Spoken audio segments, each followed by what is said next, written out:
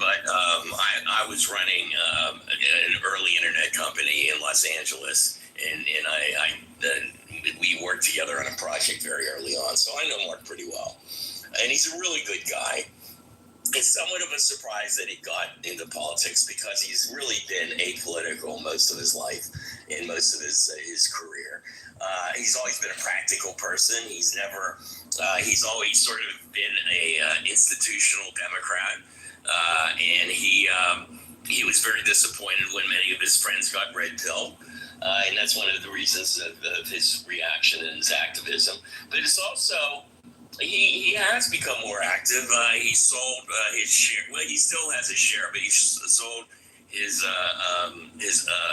majority ownership of the basketball team, the Dallas Mavericks, and he started a direct-to-consumer drug pharmacy company, and he's very much into universal health care, and he's a big proponent of providing health care to, the thing that he's really pissed off is obviously the destruction and denigration of Medicaid.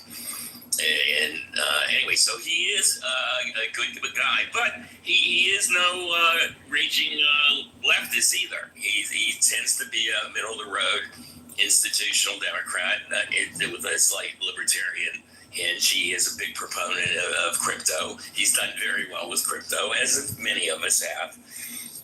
He's a good guy with good intentions, and he's putting his name out. And he doesn't have to do that, and he really does hate Trump, which is really good. And he's motivated to do what he can to try to prevent Trump from destroying the earth.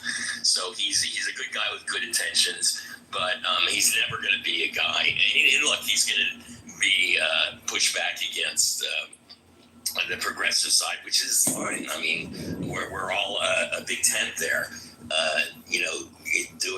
going in the right direction. And I like, and he's a good guy.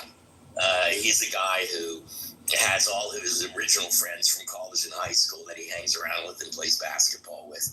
I can send him a note. I only contact him maybe once or twice a year, but he'll answer me. A very short answer, but I know only to ask him something that's specific.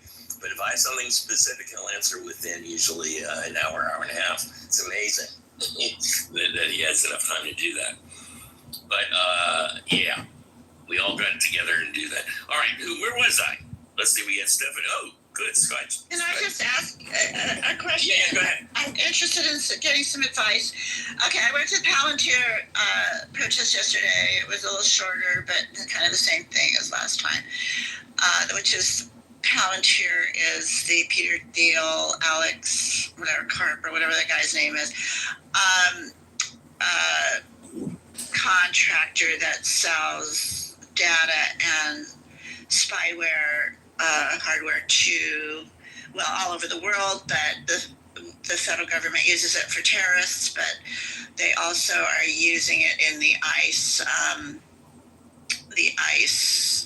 tracking, to identify people. So anyway, they're trying to protest to shut down the hiring pipeline of college students for the Palantir thing. That's their goal of this protest. But I go to Tesla Takedown, and I went Wednesday, and someone put a sign up. This really upset me, and I'm interested to see what you all think. They put a sign not out to the street, but to the employees. It's been closed, and they just opened 2 weeks ago. So there's a staff inside of the showroom, the car showroom. And this sign, so it's directed to the employees.